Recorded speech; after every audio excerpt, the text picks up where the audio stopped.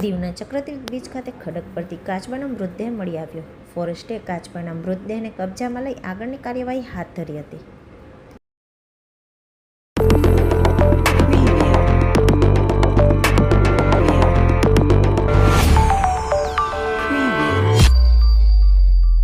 કેન્દ્રશાસિત પ્રદેશ દીવના ચક્રતીર્થ બીચ દરિયા કિનારા નજીકના ખડક પરથી કાચબો મૃત હાલતમાં મળી આવ્યો હતો. વહેલી સવારે દીવવાસીઓ વોકિંગ, કસરત, યોગા વગેરે માટે દીવના દરિયા કિનારા પર જતા હોય છે.